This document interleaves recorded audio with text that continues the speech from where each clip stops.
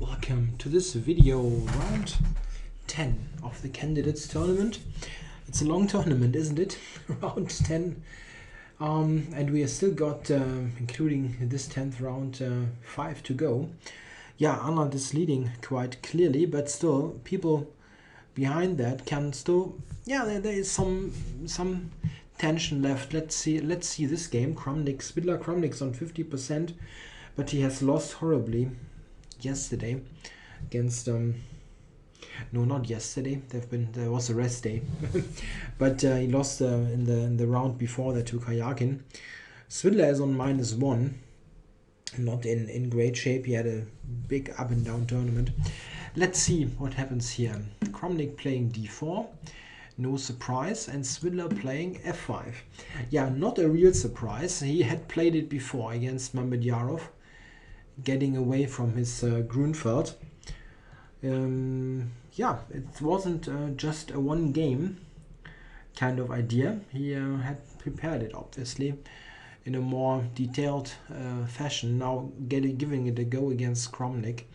Yeah, he also has a history of losing in the Grunfeld against Kramnik, so yeah, for instance, in a very crucial game in last year's candidates tournament, he lost one of those Grunfeld endings against Kramnik, and this was really hurting him very much in this tournament situation. I was actually present at that game, watching live in London, and back then I also thought, why isn't he doing something else? Okay, and simply because he has lost so often with this opening. Okay, so now the Dutch. 2 minutes for one move. Okay, let's see. Knight f3 already a minor surprise because it commits white a bit early. But now Kramnik comes up with something extraordinary. He plays e3. E3, a move I never really have taken serious before in this position. Normally, white is just simply fianchettoing, mostly even starting with that on move 2. And yeah, it is generally believed that in Dutch setups, the bishop is very well placed on g2 as it controls, let's say in the Leningrad Dutch, it supports the d5 spot. To just give you an example what I'm talking about, it's just something like that. You see that white has this outpost, or this advanced pawn on d5 that is supported by the bishop on g2, and this type of position is very common, and therefore it's very unusual to see e3 played. He simply wants to get out of preparation, I guess, and get in some own new ideas. Surprisingly, now Svidler is not playing g6, he's playing b6. I would have expected that he would play g6, simply in the spirit of the Leningrad as he had played before. Certainly e6 is also a fine move. Here I also would have been interested, yeah, it would be interesting to see what Kramnik idea here is. I mean, even the stone wall, which is sometimes eyed with a bit of suspicion by players, even the stone wall against e3 and let's say something like that is considered to be perfectly okay for black. Yeah, we didn't see that. Svidler played b6. Yeah, and now if white just plays routinely, like bishop b3, for example, e6, yeah, something like that, we would get sort of a Dutch Queen's Indian hybrid. Yeah, if white goes, yeah, well, probably black plays bishop e7 here, but let's say something like that could have happened. Yeah, it didn't in this game because Kramnik now played the interesting move d5, and he played it very quickly, so it maybe he had even looked at this move b6, which really seems obscure to me. And see, Svidler had he used like 20 minutes on b6. Interesting. I really don't know what the point is to play b6 instead of e6. Yeah, okay. Kramnik played d5, and that was an interesting move. It leads to entirely unconventional positions. after bishop b7 and bishop c4. This is simply a very strong pawn that at the moment makes it very difficult for black to develop. Black must play something like, is phrasing it wrong. I mean, he must play c6 in this position, and this is what Svidler did. It's very difficult otherwise to get your pieces out, as you cannot go e6, obviously. Instead of bishop b7, e6 here is probably questionable, because here check. The endgame could be slightly more comfortable for white. The e6 pawn is a bit weak. It's nothing terribly serious, but maybe nothing that Svidler wanted to go into. And this is frankly the more interesting way to play. Yeah, now white played knight c3. You need to protect the d5. Taking is does not make much sense really. Just developing black. So c6, knight c3. Yeah, and here black is basically out of moves besides taking on d5. So he took there, and I think this is also just fine. Knight takes, and now e6. All this is very logical. Black cannot really do something else. I mean, taking is slightly questionable. Knight c6. Yeah, maybe you can even do that, but it looks somewhat weird. e6 is just speeding check. up black's development in a way, getting the queen to f6. Yeah, now castles was played, and bishop c5. Yeah, bishop c5, this move was heavily criticized by Svidler in the press conference, which I saw some parts of. He didn't like it because of Kramnik's reply, which was bishop d2. Yeah, the point is that now it is really risky for black to take on b2. You can try that. I mean, the computer is not giving it as completely terrible or something, and yeah, but it's not a move that you want to play. For example, knight d4 can be a real problem. Your queen is cut. Knight b5 is possible, and this gives white enormous compensation. The truth about all this, of course, is that bishop c5 is not precise. He pointed out that knight c6 is the better move, which is certainly true. The main difference is if white now tries bishop d2, intending to get this piece to c3 with tempo, here black can really take. It's a huge difference, because now with the bishop back on f8, black actually has this additional return route. Yeah, and also d4 of course is now protected by a knight, so knight d4 is entirely pointless. I just take twice, and a rook b1. Yeah, well, black can even go back to f6. c3 is a move, but then there is a difference with the bishop back on f8. I can actually play here and go to c5 maybe. Yeah, Svidler is certainly right. Knight c6 is the more precise move, but this gives away some ground, but it is of course not fatal for black. We just see that white gets to this setup with bishop on c3 with a tempo. a3, yeah, b4. Yeah, you could actually argue that b4 is not really a threat, and a5 not necessary. But Svidler prevented that, which I understand very well. I mean, you don't really want to give your opponent this kind of space gaining push moves like b4. Yeah, maybe it was not necessarily. I mean, d5 was an alternative. You can just put the bishop on d6 if b4 comes. But okay, I don't think that you can criticize that in any way. Queen e2, castles, rook a1. Yeah, that's all very normal looking. Yeah, in this position now, Svidler played the move d5. Here you could actually argue that maybe it was more precise to delay this move for a moment. It's difficult to play without it in the long run, as white will get some pressure on d7. The question, however, is does black really need to play this d5 advance immediately? He has many moves to somewhat improve the position and maybe wait until white has committed to do something that is not really fitting well with d5. For example, just to show like something like that, rook d8, and white now just for instance tries to pile up, only then play d5, which makes the rooks look a bit silly. This is just a sample line to illustrate what I mean. It can be sometimes an idea to just delay the move that you sort of need to play at one point, to delay it and wait until there is a better moment to get it in.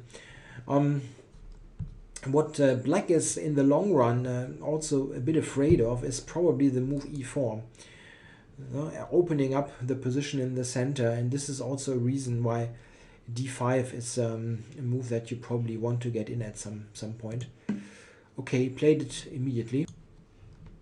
Yeah, Kramnik went to b5, not much else. And knight a7, yeah, immediately challenging the bishop. And yeah, how to assess this position in general?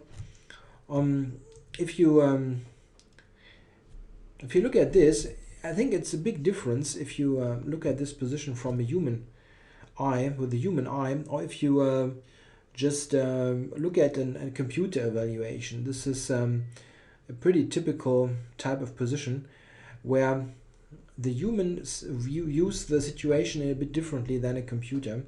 The computer is just giving all this and the upcoming moves as completely equal.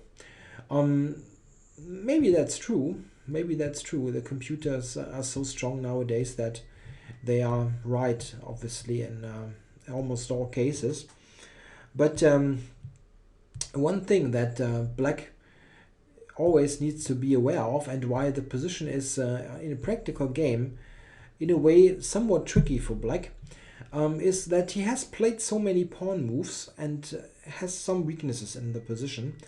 Black played this a5 move, for example. Let's start on the left hand side of the board. Played this f5 move, which weakens the b5 square, the b6 square. He has played this triangle formation in the center, which obviously weakens the e5 square, and also e6 is also a weakness in the long run. And with the f pawn moved, the king is also somewhat more insecure. If you compare that to white, white is completely compact here. He has got no weakness whatsoever. You can also argue that black has space, that's true, but white within his position has absolutely no weakness. He's got a very clean king position, no weakness there, and he has got no square weaknesses. And obviously black has some compensation for those weaknesses in terms of space and good pieces, but in the long run it might happen that the position opens up and you indeed get problems on your weaknesses. This is very often a difference between the computer eval and the human evaluation. The computer just sees tactical ways to defend all the weaknesses, but for a human player it can be tricky to do so. And this is also why if you watched the press conference, that Svidler was always a bit skeptical about his chances here. He always thought that, okay, I might be alright, but I need to be very alert. And this is, I think, pretty true. For a human player, this position can turn a bit awkward. Let's see what happened. Knight a7 and a4. Yeah, bishop d6. You know, if on a good day you get in e5. But not at the moment, because d5 is hanging. Yeah, and b3 shows what white's long-term idea is. He wants to play c4 and attack on d5. And we see that in a couple of moves. I can put this on the board rather quickly. Let's not make a 2-hour video on that. That white has prepared this advance, and he actually is able to play that. Let's see. couple of moves later, we see that white gets this in. And now we see some of the things I was talking about. If those pawns actually get exchanged, then white has some ways to attack the e6 pawn. Now this is the type of position where the typical joke about the Dutch defense comes into play. Very often, I'm not sure how who this quote belongs to, but very often it is said that in the Dutch defense, you very often wish you could play f5 to f7, and this is maybe one of those cases where the position, if black could play f5 to f7 back like that, then he's perfectly alright. Well, here he still has some tricks to some tricky spots to maneuver through. Yeah, black took it, of course, and queen. No, rook c1. Sorry, I thought you played queen e2. I screwed up. Screwed up on my notes. This move is not played. Rook c1. Yeah, it of course needed to be tactically supported. The c4 move. Now black cannot take because of the hanging knight on c6. Yeah, and white will get the pawn back, of course. Yeah, Svidler played b5 to get rid of one of those weaknesses. Yeah, and what I just described a few moves earlier is starting to materialize. This bishop is strong on the long diagonal. Yeah, somewhere the king is weakened and e6 is weak. The whole structure is slightly more favorable for white.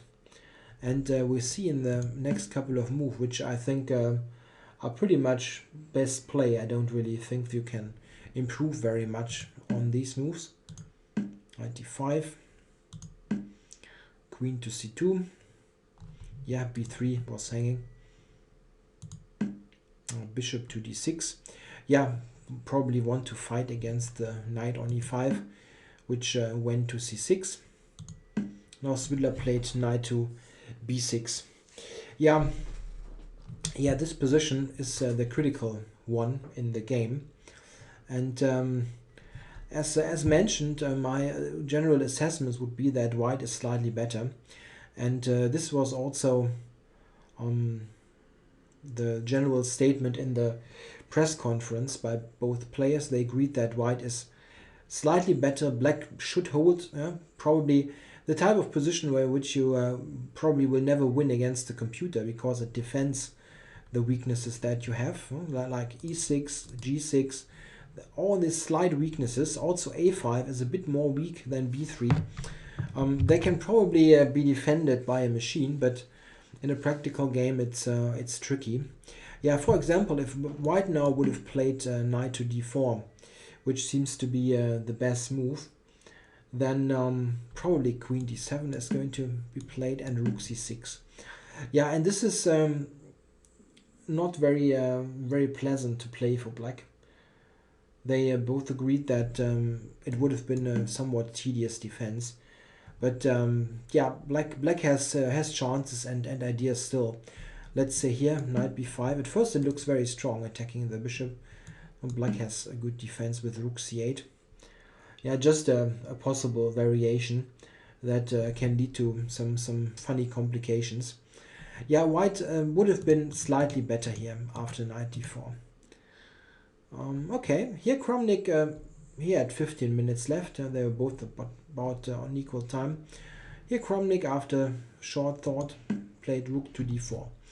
And now is the time again for a small exercise. Look at this from the black point of view. What would you play as black here? I'll give you a couple of seconds, and you have good chances to find it in a couple of seconds if you're tactically alert.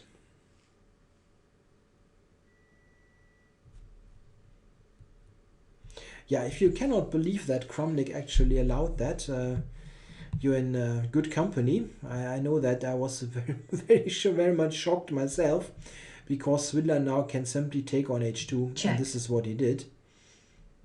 King takes, queen takes f1. White has just blundered a pawn and an exchange.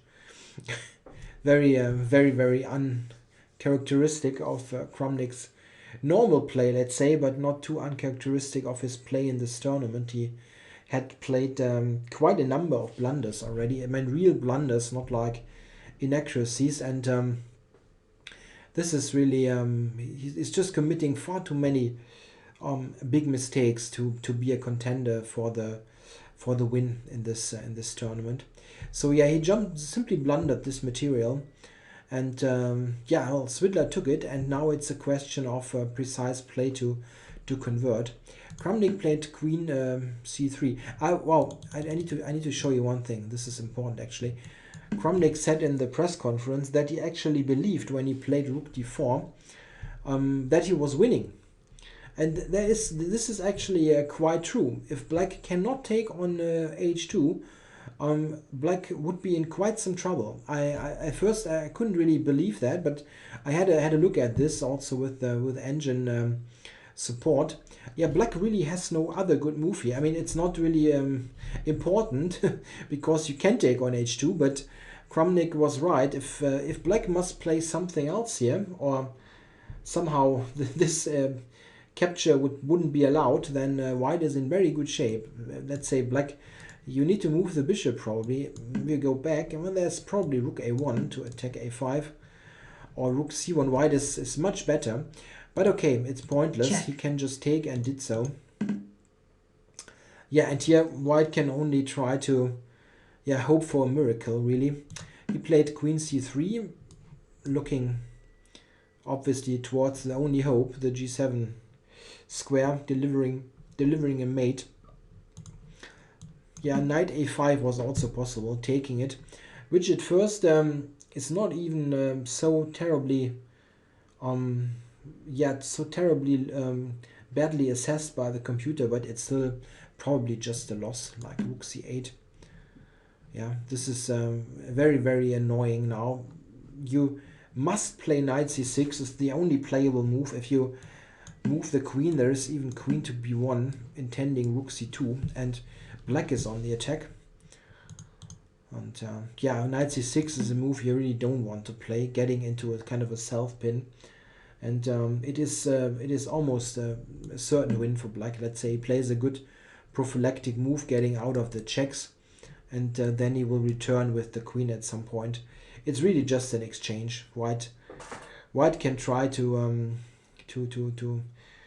play for tricks, but it shouldn't be really successful. Yeah, well, this is what he played, and I think this is actually better from practical point of view, as now Black only has one clear winning move, which was found by Svidler. He played Rook to f6, and it's not terribly difficult, but at least it gives Black chances to go wrong. If you don't play that move, if you play something else, I mean, besides simple blunders, allowing on g7, Black has ways to go wrong. If you, for instance, play a conservative looking move like Rook f7 after knight e5, White actually has enough play to draw. This Rook simply has no good place now. Yeah, if you now go here, for example, there is Queen c6 suddenly with a double attack.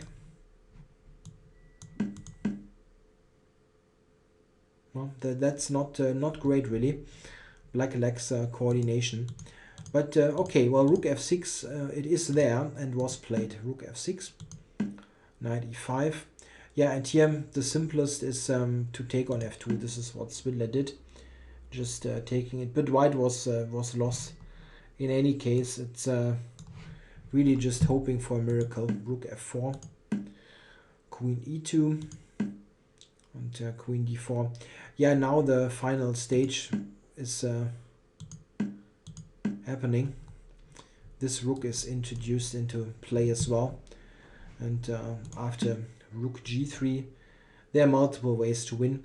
There also was now Rook c2, which probably, when I was looking at this live, this would have been my move, and it would have won also.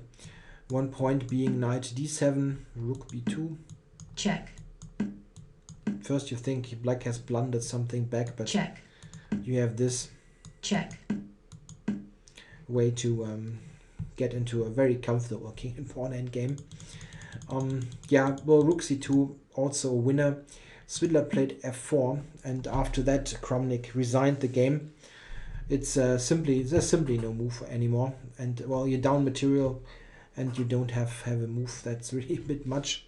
Yeah, a terrible game really for Kramnik right after he lost this strange game against Karyakin. Now he's losing this with a really one move blunder. This